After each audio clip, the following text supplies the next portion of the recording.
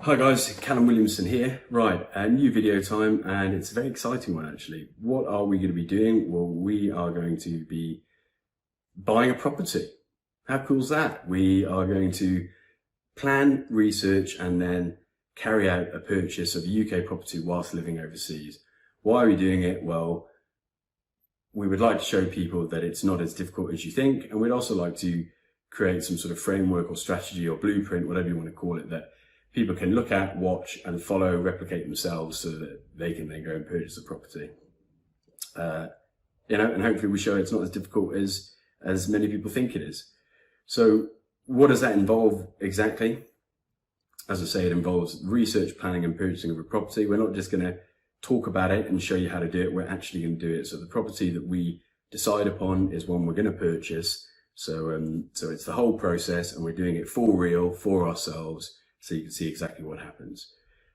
So where to start? We've broken it down into sort of 5 or 6 key areas that we think should form part of any property purchase, and we'll cover them off in the order we feel they should be done. Not everyone might agree with us, but this is the way we're going to do it, and this is an effective way of doing it, we believe. So first of all, before you can decide on what property you're going to buy or where, you need to define some goals and some parameters. So that's what we're going to do. We're going to look at our reasons for buying. And once we've got our reasons clear, then that will help sort of form a strategy and a type of property that we can be looking for. In addition to that, we'll set some budgets and some deposit sizes, which will give us an idea of the size of property, the value of the property we can buy, and therefore the location as well. So once we've got that clear, we'll dive down into the second video, which will be locations. And we'll start by just getting, say, the top 5 locations for property prices and growth in the UK at the moment, and then working through them to see what's affordable, what's within budget, what we like the sound of, and then hopefully we'll be knuckling down or digging down and focusing in on one specific location, a region or a town. And then within that, we'll hopefully be even getting down into showing you how to sort of research specific streets and areas within towns to look at. So we've set our goals, we've set our criteria for buying, we found a location that we can afford, and we're thinking ready to go. What comes next? Mortgages. Mortgages. We will be applying for a mortgage, we'll be calling brokers, we'll be videoing those telephone calls and showing you the conversations we have with mortgage brokers whilst applying. We'll show you what we go through and what's needed. We'll document it, and then all the steps of that. We'll show you the documentation we need to get the mortgage, how to apply, the length of time it takes, all of that sort of stuff, so you can see what's involved in it. So we've got our goals, our reasons for buying, we've got our location, we've got our mortgage ready to go. What do we do next? We need to find an offer on a property. We need to buy the thing. So in our next video, we'll show you sort of all the steps that go into offering on a property. So you found the property on Rightmove or Zoopla. There are other sites out there, not just those two. You found the property, what happens next? You contact the solicitors, you make an offer, you show your proof of funds, you show you've got a mortgage in place, and you make the offer. So we'll show you everything that goes into that, the legal side of it, the paperwork side of it. It seems very daunting, lots of paperwork, lots of lawyers, lots of jargon, but it's actually not as difficult as a lot of people think. So we'll show you that. Once it's accepted, hopefully it is, then we'll have everything in place. We'll have bought the property, then it's just a case of finding a management company for it. So buy to let, so we need someone to manage it. So we'll be doing some research on management companies.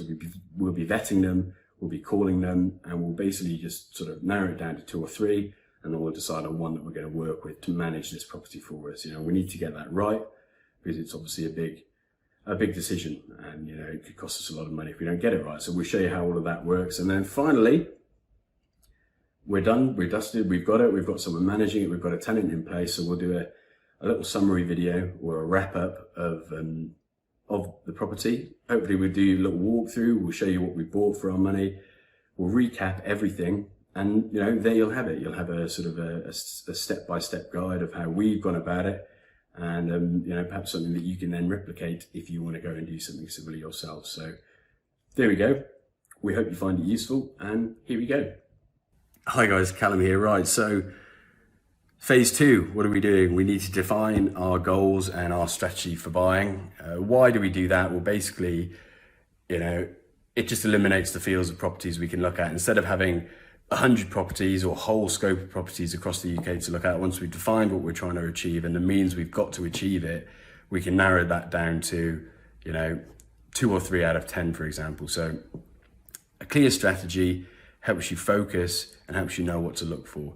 There's loads of different strategies you can go for depending on whether you're trying to create income, capital appreciation, a pension, whatever it may be. But what we're going to do is a simple buy and hold strategy. It's the most simple, it's the least work. We'll put down a 25 to 30% deposit. We'll get a mortgage on the rest, and we'll put a tenant in place who will pay that mortgage off for us over a 20-year period. Super simple, if done well, should be low hassle. Not immediate income, it's a longer term play, but it's the simplest and most surefire way to build wealth over the long term. So that's what we're going to be doing, simple buy and hold. We're going to be giving ourselves £35,000 to £40,000. With that, we'll have a property value based on 25 to 30% deposit of £115,000 to £140,000. Great, why is that important? Well, it means now we know what properties we can't look at, anything more than £140,000, which also helps eliminate locations. I'm not going to be buying in London with that. I'm not going to be buying in Manchester city centre or Birmingham city centre with that. So I need to be looking at locations with good quality property for that money. We also know it's buy and hold, so we need a good yield. So we need to be looking at locations that have got good employment, with large populations where people want to be renting. So these are now all things we can factor into our research when we're looking at locations. Whereas if we didn't have a goal, we'd be looking at all properties and all locations going, oh, where the hell do I start? So now we've got a clear strategy, a clear goal, and a clear means of getting there. We could dive into the next bit, which is locations, and narrowing it down to, a region, a street, and a couple of properties. So here we go.